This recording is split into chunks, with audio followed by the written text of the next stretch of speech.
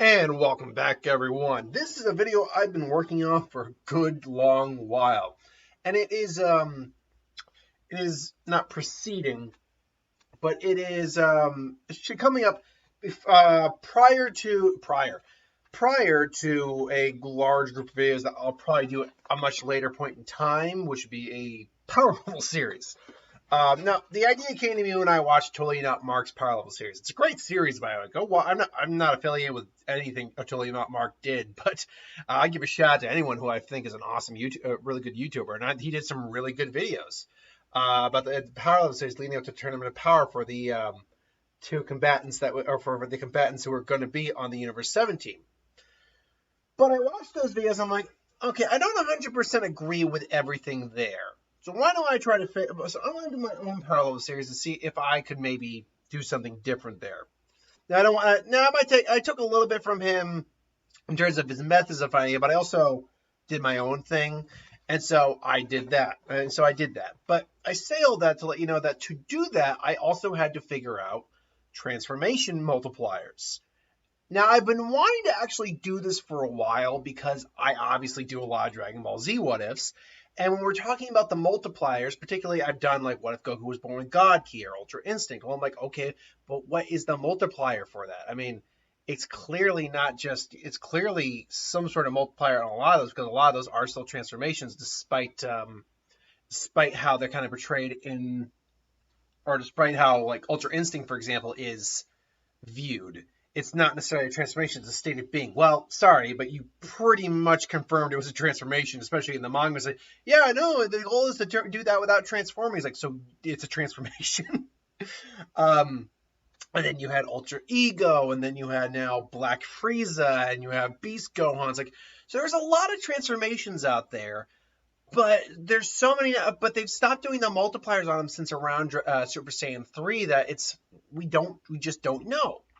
So my goal was to do a video about this. A, to give you my idea of what the transformations are, or like what their multiplier is. And B, to use this as basically a benchmark for future videos on exactly how the transformations work, but how they affect the character, what multipliers we're looking at, and how that would affect the future story going forward. So from here on, this will be the multipliers that I use in my stories. So starting off, let's start off very quickly with the transformations we actually know the multipliers for, because we do know the multipliers for several transformations. So right at the bat, Ozaru. We know for a fact that Ozaru is a 10 times multiplier. Now, this also lets us know that Ikari is a 10 times multiplier.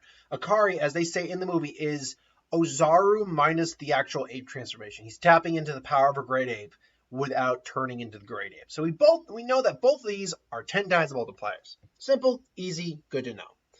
Then you get into the original Super Saiyan transformations. You have base Goku, who's there on the far left. Then you have the original Super Saiyan, which is a 50 times multiplier, and nothing more. And I want to be very clear. The other grades, Super Saiyan grade 2, grade 3, and then grade 2 and 3, do probably have a slightly higher multiplier than base Super Saiyan and Super Saiyan grade 4. But and this is where I disagree with people like Seth the Programmer and stuff like that. And a lot of people say, "Oh no, grade Super Saiyan grade 4, perfect Super Saiyan is more than a 50 times multiplier." Not according to Aki Toriyama. No, it never changed.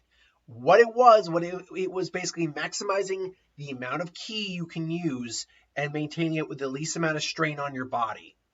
So while grade 2 and grade 3 technically have a higher multiplier, not by much, mind you, but a higher multiplier, they aren't as effective forms because they're consuming too much energy and it's just wasteful. And you're losing speed when you bulk up in like grade 3. So even Super Saiyan grade 4 is just the times 50. You want to argue with that me? Fine, but that's the way I'm always treating it, and that's the way most people treat it. Then you have Super Saiyan 2, which is a 2 times multiplier from Super Saiyan 5, Super Saiyan original, or a 100 times base. And then Super Saiyan 3, which is a times 4 Super Saiyan 2, or a 400 times base. Now you'll notice right here that there is an odd man out. and that is Super Saiyan 4. Before we talk about Super Saiyan 4, though, let's talk briefly about Golden Ozaru. Now, Super Saiyan 4 and Golden Ozaru are the first guys on the list here who didn't have an official multiplier. Golden Ozaru, though, is there are a couple major, like, widely accepted, though obviously still pushed against fan theories about what Golden Ozaru and Super Saiyan 4's multipliers are. And we know for a fact that Super Saiyan 4 itself is stronger than Golden Ozaru by a long mile. This is because, and how I figured this out for my own edification, is that Bebe easily was trouncing Goku. So I had to figure out how much stronger was Bebe to Goku when Goku was at Super Saiyan 3.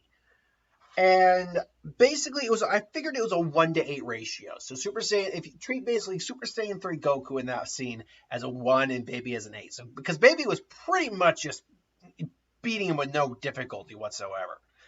But the minute he went into Golden Ozaru, he was another 10 times on there. Which meant it made him more destructive and more powerful than Baby at that point. And then you add the 10 times on there, or 10 times on that for the Super Set. Let me back up a little bit. So we knew Golden Ozaru was stronger than Goku, but in Super Saiyan, we don't really know what Baby's real form was. He was Baby Vegeta. It's implied he was always at Super Saiyan 2, though the hair was white.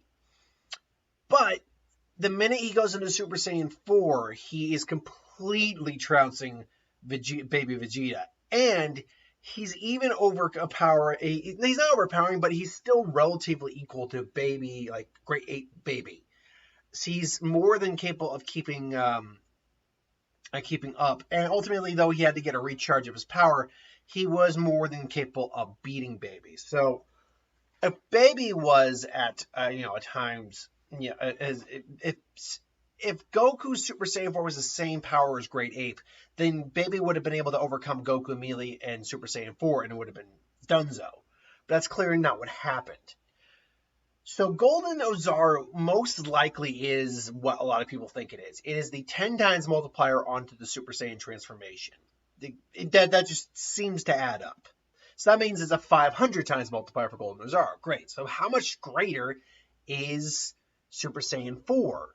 Well, the widely accepted theory is it's a 4,000 times multiplier. It's the Great Ape transformation added onto Super Saiyan 3, and people seem to think that because it was him turning into an ape when he was at Super Saiyan 3. Although, if you really pay attention, he wasn't Super Saiyan 3 when he turned into the ape. But regardless of that, it doesn't. When I did the numbers, that really wasn't the most ridiculous number in the world. Because in order for that to really work, I mean, the numbers, let's say Goku's base is a 1 and Baby's base is an 8. That means that Baby, had to, or Baby as it was an 8. That means when he turned into the Great Ape, he gained another, let's see, hold on, let me think about that real quick. 500 times base, but he was at Super Saiyan 2. Which was 100. So it would have been about 5 times multiplier, which would have put him at about 40 for that 8. But if Goku's base is around a 1 or something, basically the numbers panned out where the 4,000 number actually did still make sense, is what I'm trying to get at. There was enough disparity there that even though the Great Ape Baby gained a lot more ground in Super Saiyan 4 Goku, so the 40,000, yeah, right. The 4,000 marker still seemed to make sense. So ultimately, that is what I'm going to stick with when it comes to the 4,000, or for the Super Saiyan 4 transformation, is a 4,000 times multiplier. That's what I'm going to be sticking with. But now we get into some of the bigger ones. Actually, you know what? Let's take a brief moment before we go into some of the huge ones. Let's talk about a different type of transformation, the Namekian fusion multiplier. What exactly is that? Because we only have 2 official instances of that. We have that with Nail, and we have that with Kami and Piccolo. With Nail, we know we don't have the official power level of Piccolo, but we know it was over 1 million, and he was able to go toe to toe with second form Frieza. With Kami, all we know is it actually doubled Piccolo's power. It gave him back all of Kami's wisdom and memories, and it doubled his power. That's actually officially stated. Now, is that because they were once the original Namekian, and therefore because they were 2 of the same, they were connected? Or is it because of something else? Because there's no consistency between the 2 multipliers. That Nail only had about a power level of 41, 42,000, and then Piccolo suddenly goes from a base power of what we don't know to over 1 million. So I had to think, I'm like, how does that make sense? And I thought more on that, and I came to the conclusion that Namekian fusion in general is just a × 2 multiplier regardless. That Piccolo's power when he came there would have been about probably close to 500, if not higher than 500,000, maybe even 600,000. And the reason I say that is we know Nail can sense ki, so he was able to sense Frieza's power when he was fighting the others in that second form, which means when he told Piccolo his power is great, but it's not going to be enough. Piccolo could have easily been the same strength or close to the same strength of the first form Frieza we saw. Now, people like to think it's lower, but if you go lower, then there's just no logic behind what the fusion multiplier is at that point. The only logic is that it multiplies by 2 every time. And it's not only that you multiply your power, you're also gaining the experience and knowledge of the person you fused with until, they eventually fade into your conscious. So that to me is the only logical, in my head, the only logical number for this fusion is it's a 2 times multiplier every time, but you're gaining everything that person had, not just power. So there's that. Now let's talk about a couple other fusions. Let's talk about an easy one right off the bat here with the Potara. Or the Potara earrings, we actually have it in the guidebooks that the Potara earrings are when they fused in Goku and Vegito, it was Goku times Vegeta. That's it. So we actually know what the Potara is. That's like one of the easiest ones we can actually know. It is that it's A times B. That's it. But there's another fusion whose multiplier's never really been stated or figured out. And that is the fusion dance. What is the multiplier on the fusion dance? And I had to figure this out. And the only way I could figure it out effectively wasn't with Goku and Vegeta versus Broly turning into Gogeta. It had to be with the Trunks and Goten and Buu thing. I had to figure out A, what Majin Buu's power was at that time. B, what Trunks and Goten's power was at that time. And then C, what fusing together, what the number would have to be to beat or to handle Buu in the situations that they're actually beating Buu. And then figure it out and then backtrack it from there. So basically I had to reverse engineer it from the fusion of Gotenks back. And what I ultimately came up with is this. The Potara is effective, but it does have its weaknesses, it drawbacks versus the fusion dance. And that is that for mortals, it doesn't last more than an hour, and if you're stronger than that, it goes a lot quicker. But also, it's going to multiply your power by whoever's it is, no matter what. Goku even stated that he fused with Mr. Satan, or if he fused with Dende, it probably wouldn't have resulted in a very strong fusion. However, the fusion dance's limitations are you can just use it as much as you want. You just got to wait a certain amount of time. But B, you just have to have you even do the dance. Besides the dance, you have to have the exact same multiplier, the exact same power level, evened out. Now, this is a catch-22. If you have someone with a power level of 100 versus a power level of 5, well, the guy with a 100 power level is going to have to lower the power level, and it's not going to be a very effective fusion. But if you get two people who at, let's say, power level of 100 versus a power level of 90, and then they do the fusion dance, well, now you're resulting in a much more powerful fusion. And if you do like the times 5 versus 100 times 5 with the Potara, well, that's not going to be very powerful. But if you're doing, that's going to be powerful enough. But if you're doing, say, a fusion dance, well, it's actually going to be more powerful, because what I think the fusion dance in this case is that it's not just a add together, it's a multiplier. And I don't mean a multiplier in the sense of A times B again, just evened out. No, I think it's actually A plus B times a certain amount. I think it's actually a times 10. They seem to go like they're even multiplier numbers. So I think it is a times 10. It's A plus B times 10. So let's again use the Potara versus the fusion dance for the scenario I just brought up. Let's say you have someone who's got a power level of 190. 190 separately. You use the Potara on them. Well, now you're giving 90 times 100. Now you're doing now you got a power level of 9,000. But with the fusion dance, if you do say a power level of 190 versus 190, you'll get 100 plus 90, which is already at a 190, and then times 10. That's 1,900. Not necessarily as powerful. However, let's go back again to my little conversation about the 100 and 500.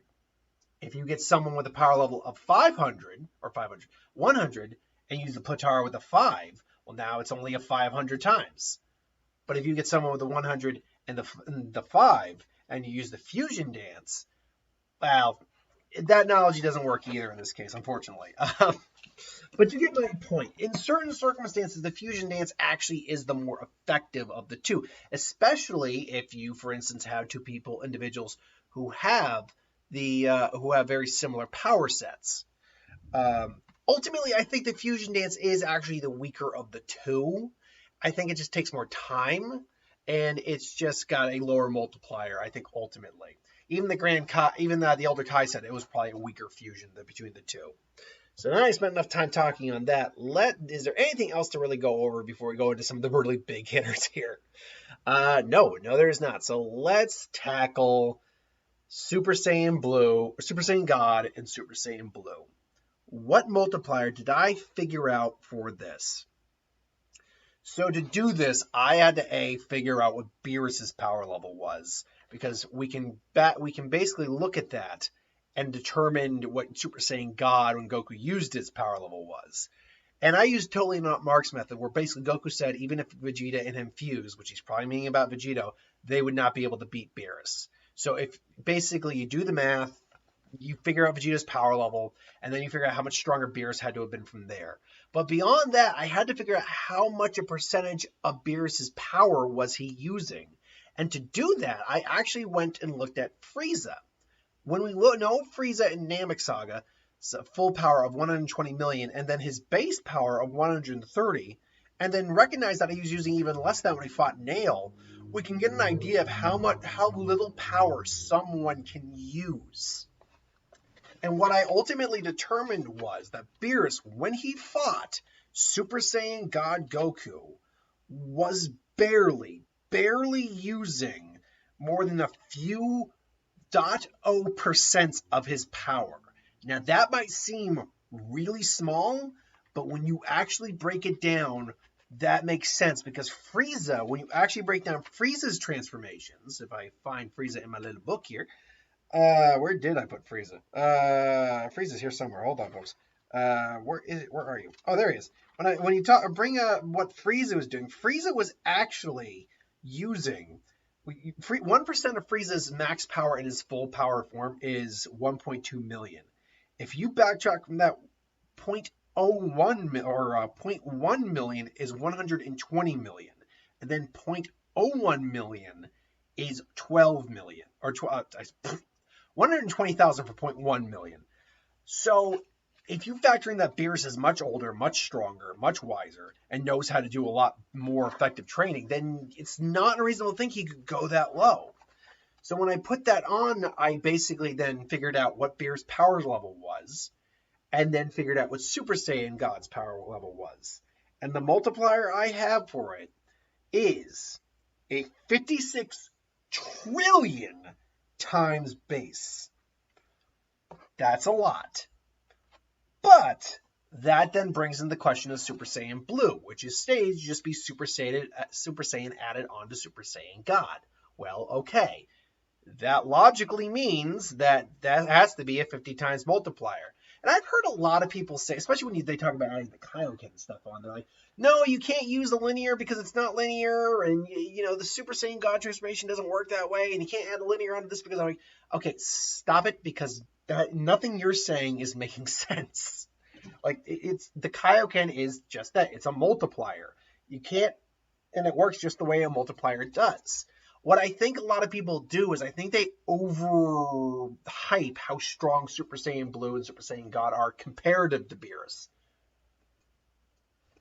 Sorry, I had a bit of a sweat in my whistle. Super Saiyan Blue and Super Saiyan God are, to give you an example of where I kind of put them on the scale of Beerus, right when he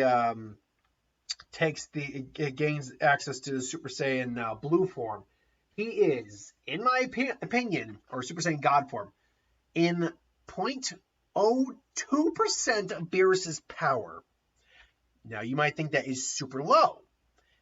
And even they say, it's like, Beerus is saying that you were using 70% of your powers are really lying, even though it wasn't true. And yeah, we know Beerus is lying about his full power. And the writers even said that Beerus is not a person they plan to have Goku or Vegeta surpass anytime soon. I'll let you know right now, in Super Saiyan Blue, at his max, I don't have Goku actually going beyond 2% of Beerus's power. Now, that being said, we know he has Ultra Instinct, we know he has a Kaioken he can add on there, so it's not like it's out of the realm of possibility he can get stronger. It's just that he can't surpass Beerus. So that puts Super Saiyan Blue's multiplier at 2.8 quadrillion times base. Now that we got those guys out of the way, let's talk about some of the ones. Ultra Instinct Omen. So Ultra Instinct Omen, we know that Goku, when going up against Jiren in Super Saiyan Blue Kaioken Test 20, was strong enough to at least be tagging Jiren once or twice, but ultimately Jiren just overpowered him. So I had to figure out, based on the percentages and based on his power level at Super Saiyan Blue Kaioken Times 20, how much stronger was Jiren than him? Then B, Jiren is the mortal said to be stronger than the God of Destruction. That doesn't mean he's strong. All gods of destruction are created equal. We know they're not. This also begs the question now, is he stronger than Beerus? Given the fact that, again, they've stated, we don't intend to have him surpass Beerus, I actually don't think Jiren is stronger than Beerus. There actually isn't any evidence to suggest he actually is. Apart from the one statement that he's stronger than a God of Destruction, and that the God of Destruction of his universe, Belmod, is stronger than Beerus. Except for the fact that Beerus said he'll beat him in arm wrestling, and that's what once. That's not enough to go off of. Beerus like says, yeah, he beat me in arm wrestling once. Now in the manga, this is different. In the manga, it's actually the mouse, whose name I can't remember, who beat him in an arm wrestling contest. But yeah, there's no evidence beyond those two statements, and there's a lot to be inferred by those statements, that Jiren is stronger than Beerus. So now that we know that, how much stronger was Ultra Instinct Omen than, say, Super Saiyan Blue? Well, it's clearly stronger than Kaioken times 20, and by a solid degree, but it was not strong enough to defeat Jiren. And we know that Mastered Ultra Instinct as a transformation was stronger too, as Goku, summoned his energy like a universe when he transformed into it and even caught Jiren's attack. So where I ultimately landed was Ultra Instinct Omen is a 1.6 quadrillion times base, or 33.3% multiplier of Super Saiyan Blue. With Mastered Ultra Instinct, basically just adding the offensive capabilities on there and not being that much stronger. 40 times Super Saiyan Blue, or 7.275, that is not right. I think it's 7.522, did I right? Anyway, quadrillion times base.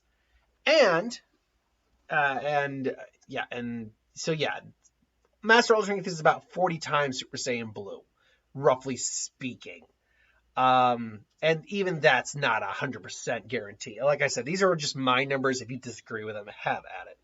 And just so we're clear, that puts Ultra Instinct, Ultra Ego in that ballpark as well, because Ultra Ego is the opposite side of the coin to Ultra Instinct. So it's roughly speaking the same transformation. It could even be a little weaker. I put it at 40. It could be weaker, but it's designed to absorb damage and impact is what it's designed to do, and increase your power as it goes. So now that we got those out of the way, we only got a couple more to talk about here. Let's talk about Gohan. Let's talk about Gohan. Yeah, Ultimate Form Gohan. Now the Ultimate Form is... There is no set multiplier for the Ultimate Form apart from the initial multiplier. The reason for that is we see in Dragon Ball Super and in multiple times that this is actually a form beyond Super Saiyan. This is a form that Gohan can, he can go through his Super Saiyan transformations, but this is that was the pinnacle. The Ultimate Transformation is also designed that Gohan just keeps growing. His power will just keep increasing as long as he's training and in battle. If he stops doing that, well, then he starts to weaken a little bit. So beyond that, there's no initial multiplier. However, we can at least get the first time he used it multiplier because he whipped the hell out of Super Buu. Based on what Super Buu's power level is, and I'm not going into all the power levels right now, I'm just not doing that. But we'll do that another video, another time. The base multiplier, mind you, multiplier, is a staggering 1,280, with the addition that it can get stronger over time. But there's more beyond that. And this is where, again, it gets really twicky. After seeing the movie, the Beast Gohan transformation, what is this in comparison to the Ultimate Transformation based on where Gohan's power level was, where I think it was at the time of the movie? Well, based on how he fought Cell, and based on the multiplier and transformation, and based on the fact, and based on what Toriyama has stated, that Gohan right now is the strongest Z Warrior. Now, when he said that, he was strong. When he said he's stronger than Goku and Vegeta, he used the pictures Goku, Super Saiyan Blue Goku, and Super Saiyan Blue Vegeta. He didn't reference Ultra Ego or Ultra Instinct. And I have a feeling that's very key here. That technically speaking, Gohan, power level wise, is the strongest one. But Goku with Ultra Instinct, Master Ultra Instinct, and Vegeta with Ultra Instinct or Ultra Ego, they would still be able to beat him. A, they're just more experienced fighters. B, their abilities in those forms are much different than just a straight power up that Gohan gets. That said, however, I basically calced it at a 5,942 times base ultimate base. Otherwise, you're talking about an astronomical number past his normal base. So that's that. Last four we have on the list here. We have his cohort in the new movie, who is kind of the MVP, Orange Piccolo. Orange Piccolo is stated to be now on par with Goku and Vegeta. Great. But remember, on par does not mean he surpassed Goku or Vegeta either. He can fight within their league. I didn't put him as strong as Goku or Vegeta. And so basically what I just did was figured out what his base was in the Dragon Ball Super movie, and then figured out what I knew, what I had already calculated for Goku and Vegeta as a multiplier Super Saiyan Blue at that point. And then I just did the multiplier difference. And by doing so, Orange Piccolo is a 236.4 billion times multiplier from base. Now keep in mind, Piccolo, spoilers, gets his potential unlocked in that movie. I had to treat it like a guru unlocking potential, which I also calced, by the way. So it seems to be an initial 8 times plus whatever the user's overall potential is.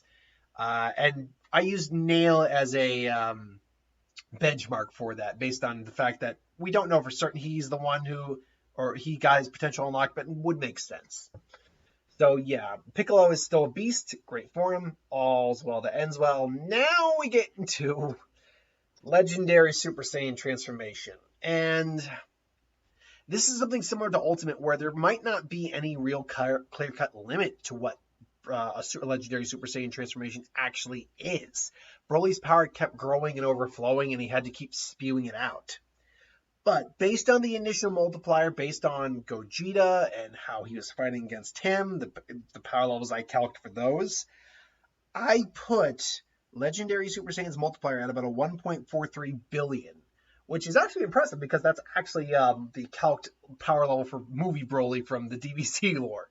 So yeah, still an impressive multiplier, but keep in mind too that Broly's base is a lot stronger than like say what Gohan's base was at the time, because he was able to evolve and keep up with Super Saiyan Vegeta, and then his Akari form was able to keep up, completely trounce God Vegeta, and even keep up with God Goku. So yeah, ultimately it was kind of hard to calculate because there's so many things going on there.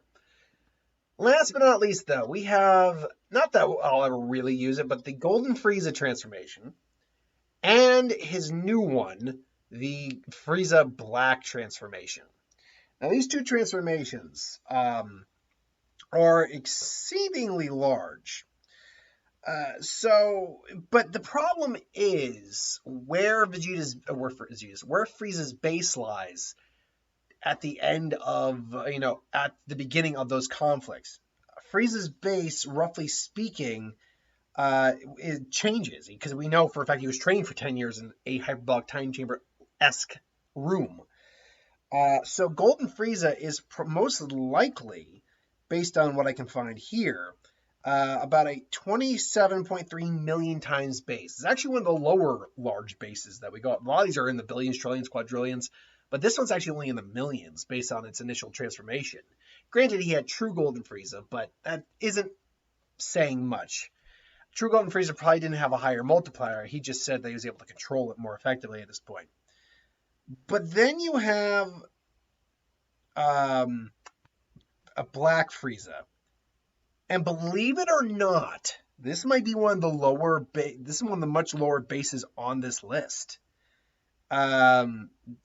It's around roughly times base. It's around 942 million times base, roughly speaking. I believe I did. Is it million or trillion? I actually can't remember what I wrote. Either way, it's a fairly decent base, but it's a 34.5 times multiplier from Golden Frieza. Now that's a low multiplier, all things considered. But in the grand scheme of things, we already know that's 300 and yeah, it was 34. So yeah, it was a million times base. But 942 times, to be precise, million times base. But yeah, it's only 34.5% or times greater than Frieza's golden form. But given the golden form's already a million times odd multiplier, it's not as small as it actually sounds. Ultimately, folks, this is the multiplier that I will be using for all these transformations in the future. Now, if you have your own ideas, that's great. I'm more than willing to hear them. And I might even change them if I feel I can be convinced that that's the case. But until then, thanks for watching. I hope you enjoyed. Like, comment, share, subscribe, and I'll see you folks next time.